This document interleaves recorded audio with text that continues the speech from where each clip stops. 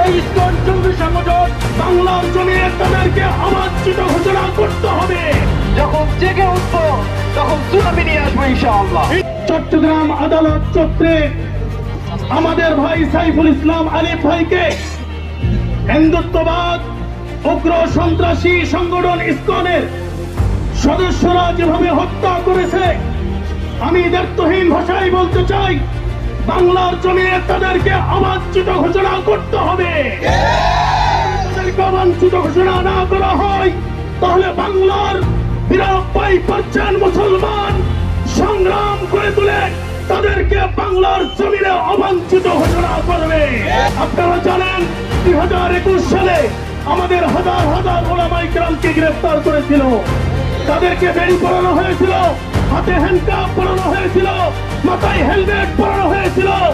এরপরেও আমরা তাদের সঙ্গে দেখা করার জন্য নমো নমো করে সালাম দেওয়ার জন্য চেয়েছিলাম, কিন্তু আমাদেরকে সালামটা পর্যন্ত দিতে দেওয়া হয়নি। কিন্তু আমরা দেখেছি গত কয়েকদিন আগে এই হিন্দুত্ববাদ উগ্র ইসকনের সদস্যরা তাদের নেতাকে ছিনিয়ে নেওয়ার জন্য যে সন্ত্রাসী কায়দায় আমাদের সাইফুল ইসলাম আলিফ ভাইকে হত্যা করেছে, এর তীব্র নিন্দা আমরা জানাইতেছি। আমরা 5ই আগস্টের পরে একটি জিনিস উপলব্ধি করতে পেরেছি যে বাংলাদেশকে নিয়ে আসলে কারা ষড়যন্ত্র করে, বাংলাদেশকে নিয়ে কারা ছিনিমিনি খেলেছে। ইতিপূর্বে ইসলামকে মুসলমানদেরকে নিয়ে ছিনিমিনি খেলেছে সরকার, বিগত সরকার মুসলমানদেরকে নিয়ে ওলামায়ে কেরামদেরকে নিয়ে ছিনিমিনি খেলেছে।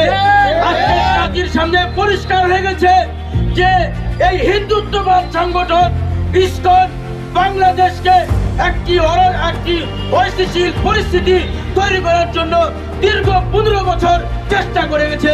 যখন আজকে পারে নাই, 5ই আগস্টের পরে একটার পর একটা তারা ষড়যন্ত্র করছে।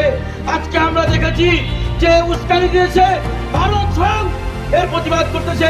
প্রথম মুসলমান হত্যা করেছে, কোনদিন তারা কোনদিনের প্রতিবাদ করেনি। আজকে শুধু একজনকে গ্রেফতার করা হয়েছে, আজকে পৃথিবীর পাশে গোলাম সে প্রতিবাদ করছে কলকাতা থেকে। আমার আফসোস লাগে যে এত হাজার হাজার মুসলমানকে তোমরা পিটিয়ে পিটিয়ে মেরে ফেলেছ, কোনদিন মুসলমান কোন দেশ তোমাদের বিরুদ্ধে বলে নাই। আমি ওদেরকে আহ্বান জানাচ্ছি, এই ইসকন জঙ্গি সংগঠন এই দেশকে স্বাধীনতার পর থেকে এই পর্যন্ত অস্থিতিশীল করে তুলেছে। আজকে জাতির সামনে যখন প্রকাশ হয়ে গেছে কারা আসলে জঙ্গি সংগঠন, একদিন বলা হতো ওলামায়ে কেরামদের জঙ্গি সংগঠন, আসলে কারা জঙ্গি সংগঠন আজকে জাতি জেনে গেছে। আমি এর জন্য এই ইসকনকে অতি বিলম্বে বাংলার বাড়ি থেকে নিষিদ্ধ করার জন্য দাবি জানাচ্ছি। নিষিদ্ধ করা হোক, নিষিদ্ধ করা হোক, নিষিদ্ধ করা হোক। আমরা এটা চাই নাই, আমাদের ভাইকে ইসকনের কোন সদস্যের গায়ে আঘাত করে নাই, ইসকনের সদস্যরা আমাদের ভাইয়ের গায়ে আঘাত করেছে।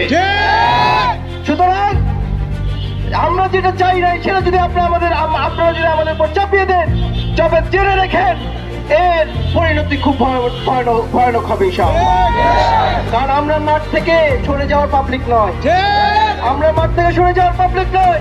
313 জন যখন হাজার জনের বিরুদ্ধে লড়াই করতে পারে বাংলাদেশের মুসলমান 16 কোটি। সুতরাং এটা ভাববেন না যে আমরা দুর্বল হয়ে গেছি।